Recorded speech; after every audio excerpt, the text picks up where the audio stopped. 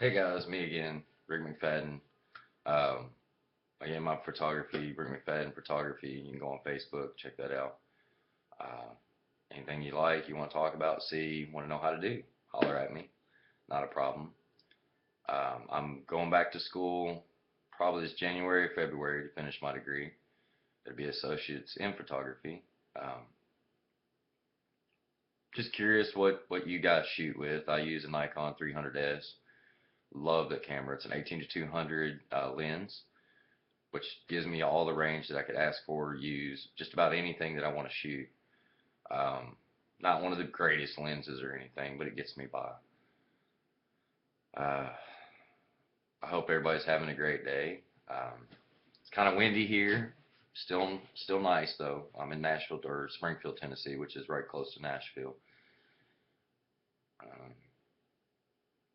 no, just wanted to get on here and say hi, see how everybody was doing. I know I don't have very many views or anything, and that's fine. This is more of a, I don't know what you call it, diary, something like that, just to talk to people, get things out. If you do like what you're hearing and what I'm talking about, then like I said, give me a holler. You can reach me at 79nightfall at gmail. Uh, I don't know. I had somebody suggest that I should make a little humor or what have you. There's my phone. Um, Not good at jokes. If somebody was talking to me, I could, I'm quick witted. I could make a joke about stuff like that. Uh, I don't know. What are y'all's likes? What are things that you do? I like puzzles. I like challenges. I want to talk about right now sacrifice.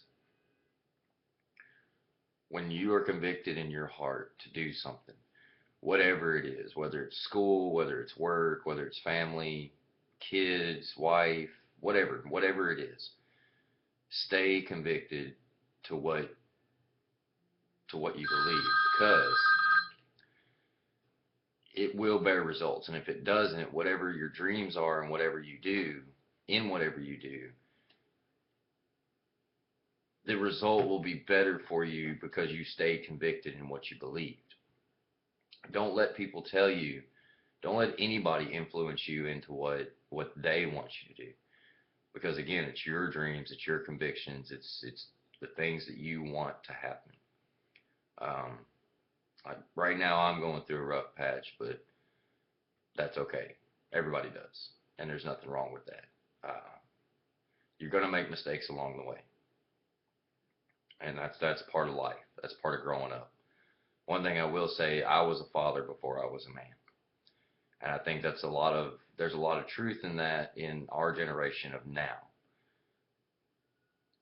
Years ago, family was put ahead of anything, and now we as a society have put other things in favor of what needs to happen first, where our priorities have gotten mixed up somewhere down the road. I think I'm guilty of the same thing. And so it takes you waking up. And when you do wake up, it's going to be hard at first, but it's worth it in the long run because you see things in a way that you never thought you would. For me, it took taking Jesus. Um, and through talking about sacrifice, there's a good parable in there. He's talking about there was a fellow that came up to him as the disciples and everything were talking to Jesus, and he said, have you held my commandments? And he said, yes. And he said, I want to follow you. And Jesus said, well, then go sell all your things and give to the poor. And this upset the young man because he had much land and ownership of things. And then Jesus said, see, it is easier for a man to put a camel through a needle than for him to get to heaven because he can't get rid of his stuff. And that's where the sacrifice comes from, and that's what he's talking about. So that's just a parable from the Bible. That has nothing to do with anything. It does have to do with what I'm saying, but it doesn't, because you don't have to believe in the Bible for things to still be in accordance. The Bible is instructions for life on how to get to heaven. It's still a good moral compass. we all have a moral compass. What's right, what's wrong. Some people's are a little less than others. Some people want to lie and use deceit and manipulate and treat others badly. I'm part of a group that tries to help fathers trying to get their kids, and some of the things I read on there are just horrible. You know how these women treat the men for their children. But I mean, getting back to the sacrifice, the point that I was trying to make is if you're not willing to give up on regular, everyday pleasures, you're not gonna you're not gonna exceed that what you want to exceed because you're gonna stay stuck in one place. You're gonna always want that one thing and that one desire, and you can't move past it because you can't see past that desire. And what I'm meaning by that is, I'll give you an example. If I told you that you had to eat pizza for the rest of your life and it was only going to be cheese pizza, I guess it's like the ice cream analogy, would you be able to do it? If I told you, hey, eating this pizza is going to grant you life for a long time and you'll never be sick, but it's only going to be cheese pizza, would you choose to eat the cheese pizza, or would you go, oh, no, I want sausage and pepperoni today, or I want to eat French fries today, or it's just it's that mentality, it's that sacrifice. You're giving up something that you think is okay for a minute, but once it gets down the road, can you still do it? And that's that sacrifice. To me, the sacrifice is my family, and everything that I do, it is for my family. I am 100%. It took me a while to get that way and learn what sacrifice truly was. And my sacrifice is to God first. But He gave me the family so that I could sacrifice and know what it meant to be a man. Because, like I said, I was a father before I was a man. Everything we instill, we're instilling in our children and we're teaching them. So we can't take what our moms and dads have taught us and use it for our children. We take those things that they've taught us and use them, parts of them, not all of them. You don't create what they created. You create what you would like to see for a betterment, not a worse. And that's where that sacrifice comes from, because it goes against everything that you've been taught.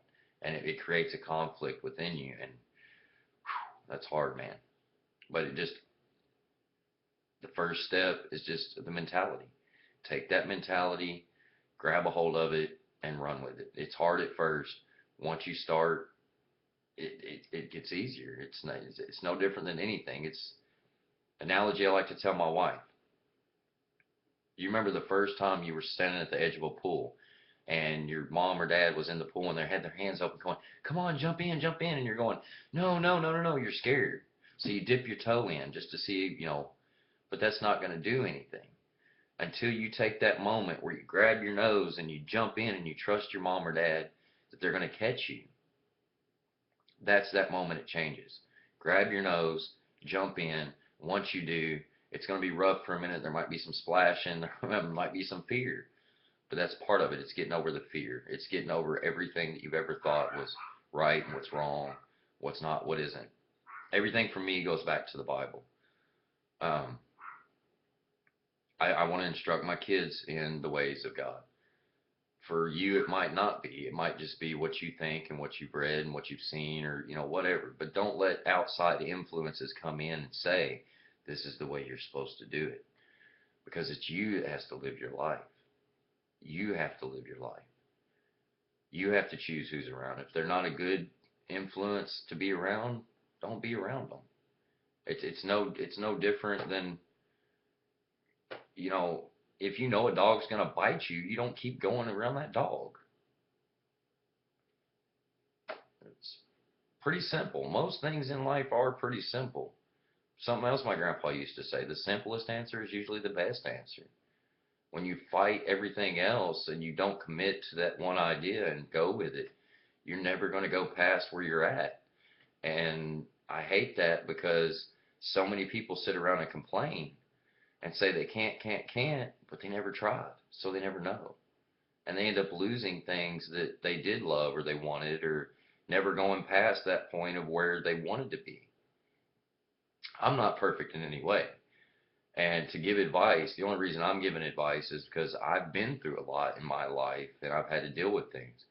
And the reason people get broken and have to deal with things is so that's what, well, if he was holy, why did he get cancer? Well, so he can attest to other people, whether he lived or whether he died, his family's still here to attest. We loved him with everything we had. Yes, he died. It's just things like that. We're to attest to each other. We're here for each other to encourage, uplift, love, care, any words you can think of that is a positive inspiration to people. I'm going to end this like I always do. I know that's rambling. I know it's a lot, so if you have any questions or anything, holler at me, man. No problem talking to you, emailing you, whatever. But to end it, Emily, I love you more than anything. Other than God Himself, I love Him first, and then I love you, and then I love our kids. And that's it. There's nothing else that's important to me in life besides you guys. And I will do everything and sacrifice everything for you guys because I love you so much. And that conviction is on my heart, and that's my sacrifice to you. Due to our vows from this right here. That's the symbol. I will love, honor, and cherish you. I will take care of you in sickness and health. I will do everything in my power to be the best husband I could possibly be. I'm not perfect. I'm going to make mistakes. So are you. Nobody's perfect. For everybody listening out there, you're not perfect. Nobody is. If you want to lie and cheat and deceit and do all that kind of stuff, you're hurting yourself. But Emily, I love you. And I know that you love me. And that brings my heart happiness. And we love our children. And we have an amazing future coming together. And I do these so that you can see. For everybody else, I wasn't the greatest of person for a long time. But I had to find my way because of the things that I went through. And people attested to me, and I didn't want to listen. And now I am. And through the power of God, the power of His Word, and the power of my own will, because I choose not to listen to others, I choose to love. I love you. I love everybody out there. And if this helps you, like I said, if you want to talk, please holler at me. Kaylee, Erica, Riley, Vaughn, I love you more than anything. Emily, you are my everything other than God. Us together, me, you, and God, and nothing we can't get through. I love you so much. Everybody have a great day, and we'll talk at you later. Hopefully it'll be a different video next time. So, y'all have a great day.